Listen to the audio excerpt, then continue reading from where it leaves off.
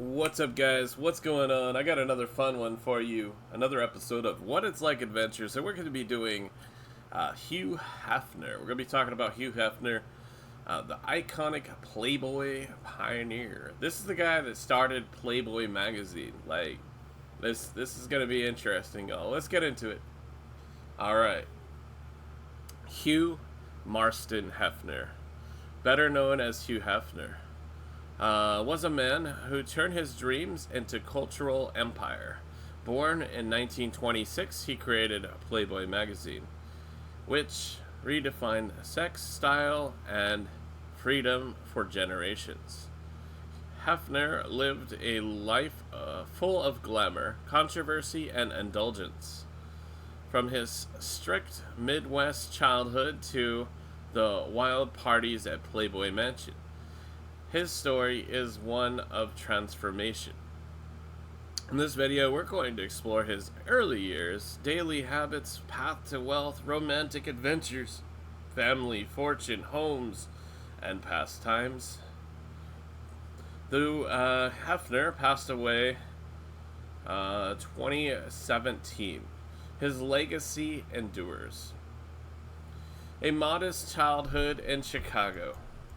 Hugh Hefner grew up in a conservative working-class family in Chicago, Illinois. He was born on April 9th, 1926, as the eldest son of Glenn Hefner, an accountant, Grace Hefner, a teacher. Both parents hailed from Nebraska, with Grace having Swedish roots and Glenn German and English heritage. The family was devoutly Methodist, and Grace hoped her son would become a missionary. Hefner later described his upbringing as repressed and buttoned up, with little room for fun or rebellion. As a kid, Hefner attended Sayre Elementary School and Steinmetz High School. He was a bright student, more interested in drawing cartoons and writing stories than sports.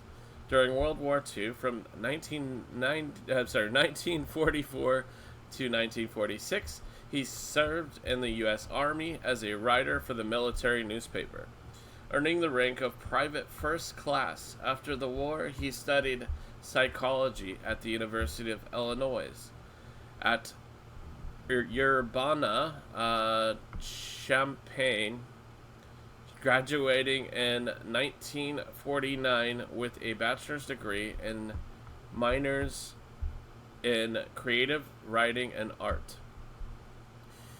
He even started graduate studies in sociology at Northwestern University, but dropped out after one semester in 1950. These early experiences shaped his views on human behavior, especially sexuality, which he felt was stifled by social norms. Hefner's childhood planted the seeds for his later revolution against prudishness. How he built his Playboy empire and became wealthy. Hefner's road to riches started with a bold idea in 1952. Frustrated with his copywriting job at Esquire magazine, where he was denied a $5 raise, he quit to start his own publication. He borrowed $600 on a mortgage and raised $8,000 from 45 investors, including $1,000 from his mother. In December 1953, the first issue of Playboy hit newsstands. It featured nude photos of Marilyn Monroe from a calendar shoot and sold 50,000 copies, far exceeding expectations. Hefner's expanded Playboy into a lifestyle brand. By 1960s, he opened Playboy clubs worldwide, where bunny waitresses served drinks in iconic ears and tells. The magazine promoted a sophisticated, hedonistic life. Think jazz, cocktails, and liberated attitudes towards sex.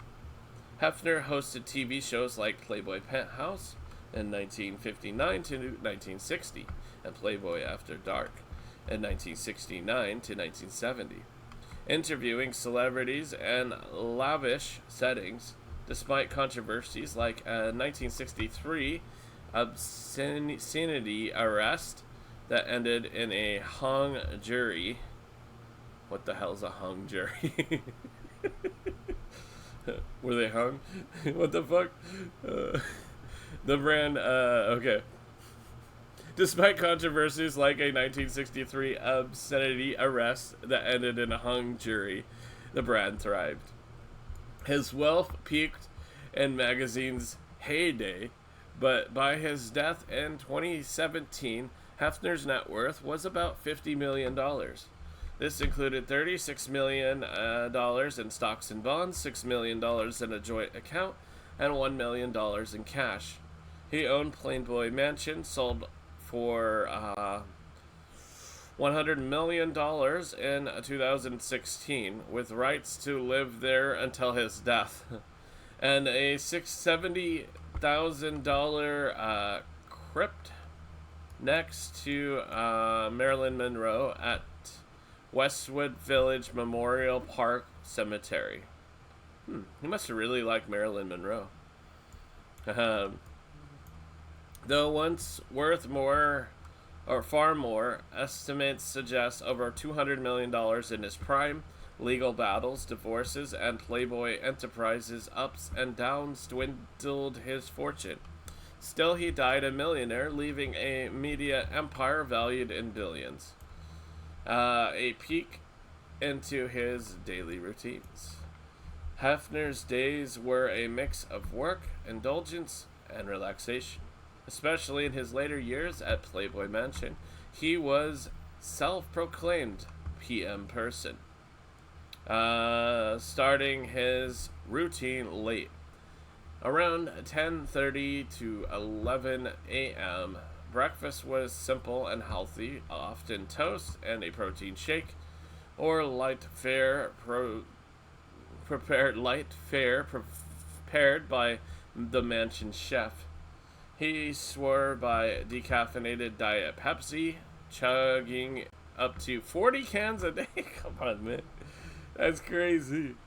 All these guys live really old lives, right? They live to be really old, and they do really unhealthy things. I mean, 40 cans of... I don't care it's Diet Pepsi. I don't think Diet Pepsi's healthy. But 40 cans is ridiculous. 40 cans a day, that just doesn't seem right at all. That's crazy. Okay, sometimes chaining them like cigarettes. Lunch was casual, more Pepsi, perhaps a snack, and afternoons involved overseeing Playboy operations or creative brainstorming. After a 1985 stroke at 58, Hefner tore down his wild side. He aimed for 6 to 8 hours of sleep nightly, exercised on a slant board and stationary bike, quit amphetamines. Amphetamines? What is he into meth? Is that what amphetamines is? I'm pretty sure. What the hell? That's crazy. It's good he quit that shit, huh?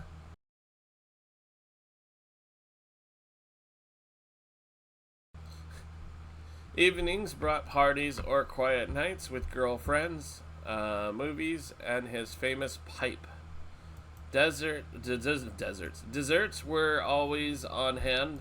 He reportedly ate 2 to 3 pounds of sweets weekly. His routine blended productivity with pleasure, embodying the Playboy philosophy of living fully. Love life and sex life. A whirlwind of romance. Hefner's romantic world was as famous as his magazine. He married young to Northwestern student Mildred Millie Williams in 1949. but right before the wedding, she confessed to an affair during his army days, shattering him. To save the marriage, she allowed him flings, sparking his open views on sex. They divorced in 1959 after 2 kids. Post-divorce, Hefner dove into hedonism. Hedonism. He dated countless playmates, admitting to romps with up to 11 a year. Lovers included Barbie Benton in a 1970s fixture. Which is a fixture? What is a fixture? I think of like light fixtures when you say fixture. Oh no. Shannon Tweed, Chandra Theodore in 1971. He explored bisexuality. Oh my god. Here's some Charlie Sheen shit. He tried with men. Oh my god. By the 1980s, he hosted 7 girlfriends at once. Like the stars of reality show The Girls Next Door, Holly Madison, Bridget Marquardt, Kendra Wickinson. These relationships were polyanormous. Polymormous? What the hell is that word? With Hefner footing lavish bills. He wed again in 1989 to a 28-year-old playmate, Kimberly Conrad. They had 2 sons, but separated in 1998. Hey, at least his marriages last longer than some of these people. Jesus. Some of these people, it's like got married 1 year, divorced the next year, you know? Oh, shit. Divorcing in 2010, at age 86, he married Crystal Harris in 2012 after canceling wedding. After a canceled wedding. His sex life was legendary, fueled by Viagra later on, but critics called it exploitative. Hefner saw it as empowerment, challenging taboos. I like that. Just challenge them taboos. His kids and family ties. Family was a cornerstone amid the glamour. Hefner had 4 children from 2 marriages. Christine, born in 1952 to Millie, became Playboy Enterprises CEO, running it successfully for decades. Son David, born in 1955, stayed out of the spotlight, working in advertising. With Kimberly, he had Marston Glenn in 1990 and Cooper in 1991. Cooper's now promotes the brand. Hefner was a doting dad in later years, churning the Mansion family friendly post-stroke. He churned the Playboy Mansion family friendly? Oh my gosh. It's not supposed to be family friendly. That's crazy, man. It's like, it's total opposite shit, man. It's like turning Disney into a fucking, you know, a porn media thing. I don't know. That's crazy. Family friendly. He had a brother, Keith, who died in 2016. And I don't even want to go to the mansion now. Why is it family friendly? That actually really bothers me. Come on, man. Okay. Let's continue on. He had a brother named Keith who died in 2016, distant cousins to President George H.W. and George W. Bush, added quirky lineage. Despite scandals, his kids spoke fondly of him, crediting his free spirit. Homes from Chicago to the mansion and beyond. Hefner was a Chicago boy, living there until 1975. He bought the Playboy Mansion in West Los Angeles in 1971 as a second home. then made it permanent. The 21,000 square foot Holmby Hills estate, with its grotto and zoo, hosted epic bashes. After selling it in 2016 for $100 million, he stayed there till the end. Today, Hefner lives in death's quiet, buried since 2017 in his Westwood crypt beside Marilyn Monroe, fulfilling a lifelong wish. Fun and leisure parties, pipes, and pop culture. Hefner defined fun as bon vivant living. Early on, it meant all-night mansion parties with playmates, celebrities, and jazz. He puffed his traditional pipe, sipped Pepsi, and watched movies in his private theater. TV cameos like on The Simpsons in 1993, Sex and the City in 2000, and Entourage in 2005 brought laughs. He collected art, memorabilia, and classic cars. Post-stroke, fun, mellowed board games with girlfriends, Jeopardy, marathons, and family time. He championed causes like free speech and conservation, funding the Hugh M. Hefner First Amendment Award. At heart, Hef was a dreamer who turned fantasies into reality. Legacy of Playboy. Hugh Hefner revolutionized culture, blending sex positivity with sophistication. From a repressed kid to a $50 million mogul. His life was unapologetic, though gone since September 27th, 2017, from sepsis at 91. His bunny emblem hops on. Hef taught us to embrace desire, question norms, and live boldly. In a world of grays, he painted in vivid reds. Well, alright.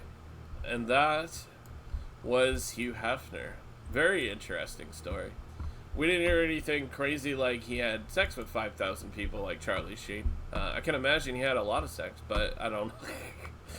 But what was it? How many Diet Pepsis a day did he have? That was crazy. What was it, like 40? Yeah, 40 cans a day, guys. Come on, man.